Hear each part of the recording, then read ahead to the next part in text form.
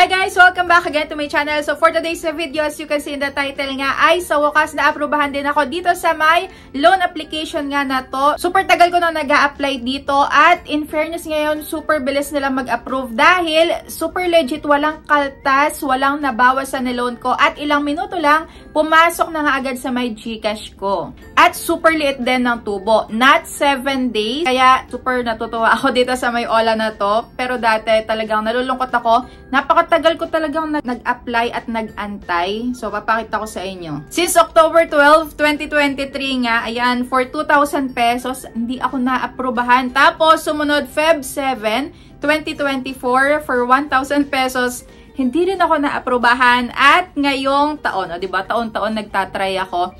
So, January 23, 2025 nga, ay 500 pesos, hindi pa rin ako na-aprobahan. So, ayan nga, kung makikita nyo dyan, pababa ng pababa. At nagulat talaga ako dahil nung meron pa nga akong app na to kasi try and try nga, diba? So, ayun. Dahil marami ding nagsasabi na maganda daw to, nagtry nga ako ngayon at bigla akong nagulat kasi nakalagay dito, congratulations on your loan, o, diba? So, na-aprobahan ako for 1,000 pesos at least. Ayan, na-aprobahan ako. Tapos, talagang 1,000 pesos, kung makikita nyo dyan, 1,000 yung dumating sa may GCash ko at walang kaltas. At ang pinaka-amount due or babayaran ko is 1,094.61 lang. So, pinaka-tubo is 94.61. At due date is April 26. So, ayan. So, due in 13 days. Ayan, comment down below kung babayaran ko na din ba ngayon para mas tumaas yung aking credit limit or antayin ko muna itong due date ko. So, ayan, comment down below. At yung terms nga pala dito is 14 days. So, ayan, yung term 14 days at one-time payment lang siya. Pero para sa akin is goods na din kasi napakaliit lang ng tubo tapos walang kaltas. Madadownload nga pala itong Cashalo or Cashalo sa may Google Play App Store at explore it on App Gallery. So, ito nga palang cash loan na to, Cashalo, is talagang magaan sa bulsa, walang kaltas at legit nga yung sinasabi nila dito. At interest rate, 0.5% at within the mandate nga ng Bangko Sentral ng Pilipinas. So, ito nga is may 4.6 na ratings currently at may 191,000 na reviews. So, itong Cashalo Cash Loan and Credit, ayan, isang ID lang ang kailangan. At itong instant payout is, ngayon ko pa lang siya mapapatunayan kasi nga, last year is hindi ako na-aprobahan. So, ayun, tuwan-tuwa naman ako at ayun, napa-video ko ngayon din para i-share ko sa inyo. At ang bilis nila ngayon talaga mag-approve. Ewan ko kung bakit. Or, moody lang sila kaya mabilis silang mag-approve kayo. Ayan, comment down below kung gaano kayo katagal bago ma-aprobahan nitong Cashalo.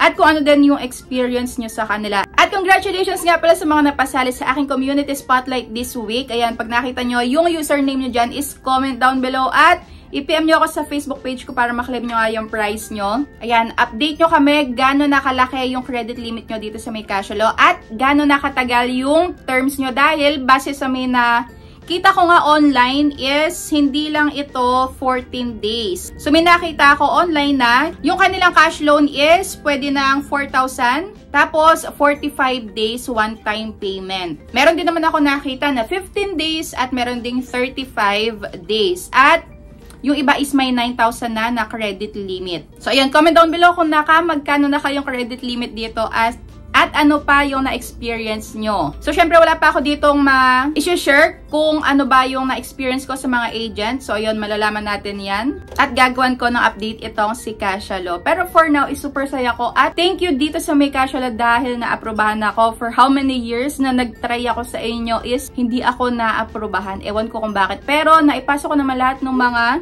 requirements at kailangan nila. Pero ayun, at least, diba, try and try lang. So, ayun, napatunayan ko na legit, walang kaltas at not 7 days. So, dito, hoping, ayan, mas humaba pa yung aking repayment terms or yung pagbabayad kasi for now is 14 days pa lang ako. For first time user, okay na sa akin yun dahil ang liit lang naman ng madadagdag.